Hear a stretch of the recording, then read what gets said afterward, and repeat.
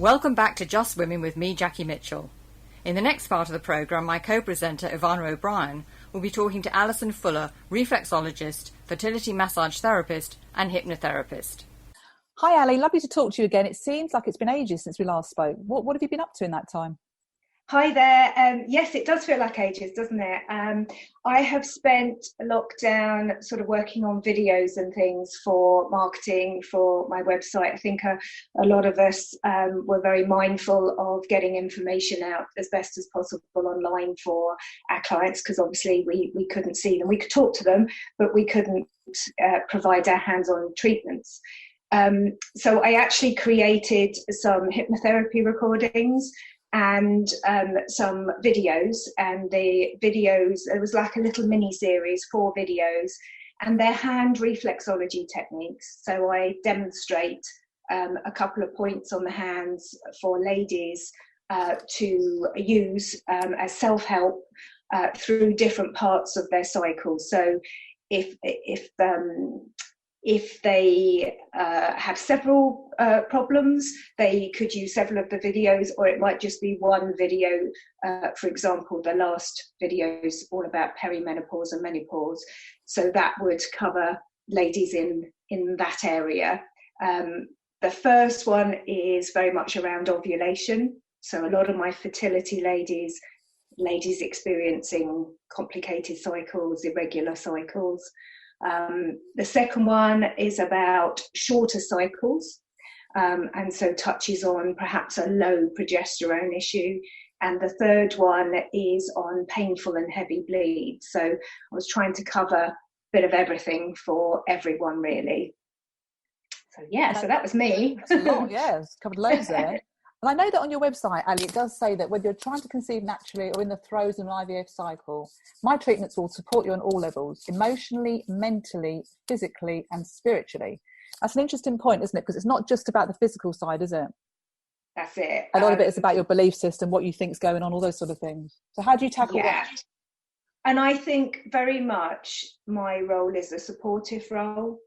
I think it's about imparting information. So if ladies are struggling with their cycle or not behaving naturally, whether it's around fertility or whether, again, we're sort of perimenopause and menopause, it's about really understanding what the body's up to. So it's providing information for them so that they can feel a bit more confident perhaps about what's happening, maybe encouragement to look down a testing route to see what's going on for them there, providing emotional support. So I either bring my skills in or perhaps use some of the hypnotherapy to support them. So ladies perhaps who are experiencing miscarriage, I treat quite a large number of ladies, unfortunately, who experience miscarriage.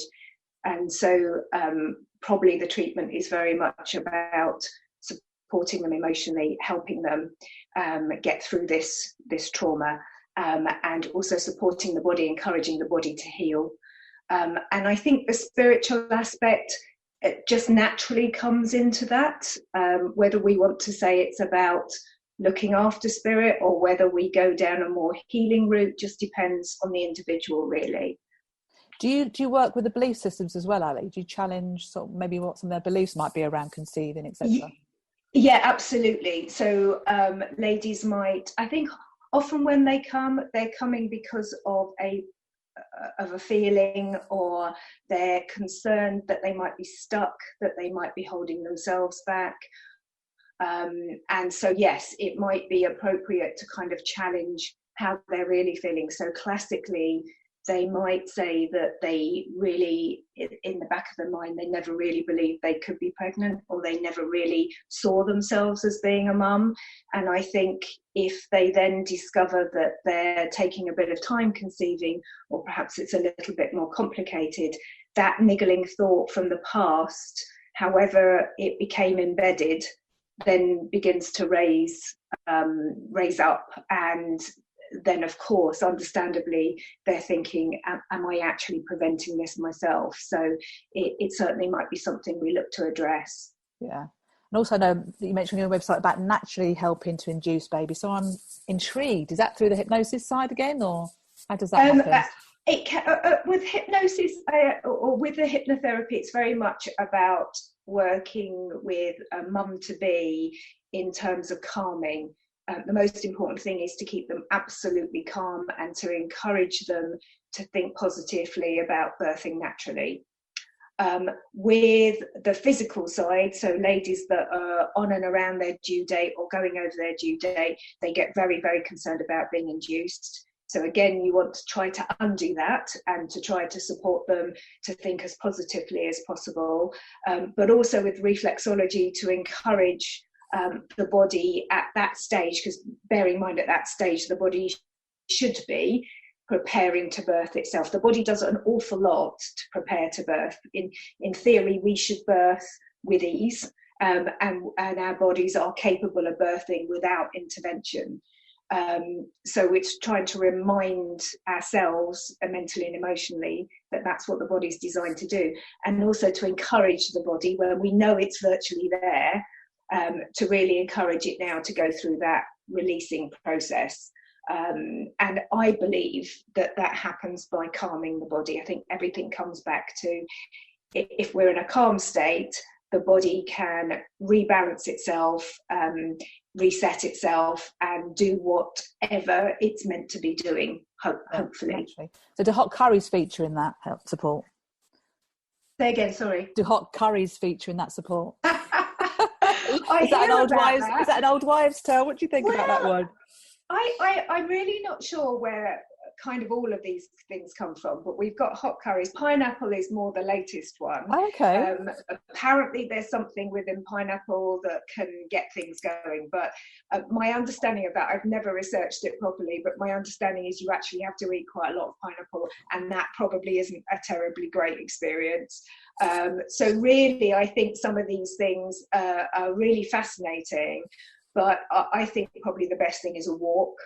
Right. And sitting on, doing the little exercises on the Swiss ball, because that's all about encouraging the pelvis, and obviously to encourage the movement down. That's really what we want.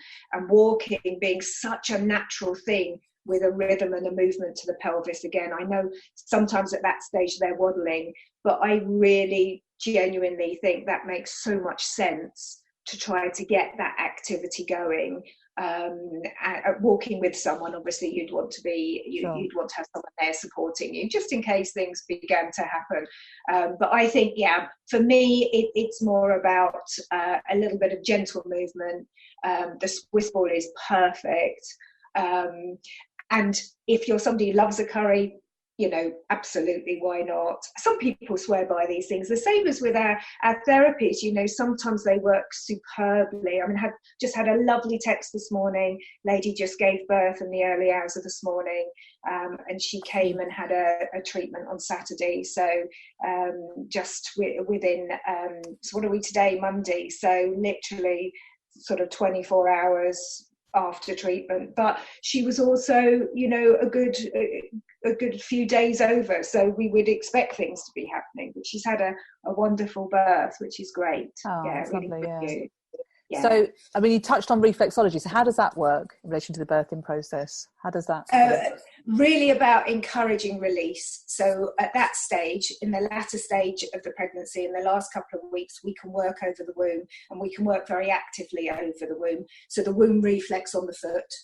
And we're trying to stimulate, really. We're trying to get the body going. We can also work on the glands, so pituitary gland, pineal gland, the glands which are within our heads. So we're working on those glands, on the reflex, on the foot, to try to stimulate the activity, because from what we know, we want the body to get the oxytocin going, oxytocin being the key hormone to instigate, to induce labour. So we're trying to get the body to be active. We obviously cannot make things happen, but we're encouraging the body to do what hopefully naturally it is going to do. So, but I also think, because the treatment is so relaxing, that anything we can do to make the body feel safe, because our belief is that we will birth when we're safe, to bring new life into the world. That's our natural instincts. So the more we can help mum to be to feel safe, the more likely the body is. So my belief on that, typically at night time we produce the hormones to calm the mind, so that we rest, so that we sleep, and often ladies will go into labour at night time. So whether that's because their partners are at home and they feel safe, everything's in place. If they've already got a little one, they know where that little one is, they feel secure, and then the body trips into the beginnings of the birthing process. So I know. There is absolutely research all about the melatonin calming the mind at night, which is what happens to us every night. But that there's a relationship between melatonin and oxytocin, apparently. And so the more we can encourage women, in the birthing centres now, we've got the dimming lights and things like that we can use, or they can use, to feel more comfortable and more secure and just in a more relaxed place. The whole idea of that is to calm the mind so that it will trigger its natural process. Or if they've already started the process, we want to encourage that process to continue. Because what we don't want is a labour to start and then to really to kind of pause, but to not develop, to not progress. You want that labour to progress really well, and I think swiftly perhaps would be the nicest way. You don't want it too fast, but you want it really swift, so they have a good experience. That's so true, actually, because all three of mine were born during the night, but I never really thought about any evidence to suggest that that's what happens. But I guess that does make sense, actually. Yeah. I think it's all about mum feeling relaxed. Mum to be, whether that is at home with the right people around her, or simple things as I can get to the hospital because the traffic won't be bad. Or, I know when you've already got the children, your then concern is about, if I go into labour, I don't want them to be frightened. I want somebody to be taking care of them. So it might be that your parents, your relatives, the support that you've got is around you, and that you're therefore able then to progress into your labour. So that for second and third children, that becomes really important as well. Once you've already got one, your focus is then different in the second pregnancy and onwards. I mean, you're so calming, Ali. Have you ever been asked to be in the actual delivery room when mothers have actually... I haven't. I haven't. I would love to. I don't know that obviously right now we couldn't, and I'm not sure that hospitals really encourage it. I have got as far as being up in a labour ward, that they very kindly were happy to let me into, and that lady was on a drip. And so we wanted, everybody wanted to get things going. And so they were happy, she was stable, and they were happy that I could go in and do a bit of reflex for her. And that was, it's a pleasure always to do that sort of thing. But yes, I've never got further than that. I have treated ladies when they have been actively in labour as well, just to encourage and to support them. But once things get a little more uncomfortable, shall we say, obviously it's quite difficult to sit still with each contraction, and in that particular case it was time to say, I think you really need to be going into hospital. So but it's always gone well when we have done it. It's amazing. Well, I can't believe we're almost out of time. It's gone so quickly. Wow. I could talk to you all day, Ali. But what would you give, as we focused on mothers to be, what piece of advice would you give someone that's wanting to sort of give birth sooner rather than later? Is it the long walk? I think it comes back to the relaxation side. Anything, whatever their thing is, their go-to is to relax, to be calm. And to encourage that gentle movement, as we said, with walking or the ball or anything, whether it's a nice bath, I'm not sure how late you can swim. Probably ladies don't want to go very, very late. But anything that you can do that really gets you feeling relaxed, comfortable, safe, secure is highly more likely to support the body and the mind, really. So yes, that would always be my go-to. And reflexology, of course, or acupuncture. Those that do acupuncture can be really beneficial as well. So yeah, we're here. Our treatments are here to help. And if listeners want to get in contact with you, Ali, how can they do that? The website, thehormonaltherapist.co.uk. They can contact me through there. That would be fantastic. And then I'm on Instagram as well, Facebook, hormonal therapist. They'll find me. Okay, if you do a quick Google. Brilliant. Thank you so much. So that's Alison Fuller from the hormonaltherapist.co.uk. Thanks for talking to us today, and hopefully get you back on the studio soon. Thanks, Alison.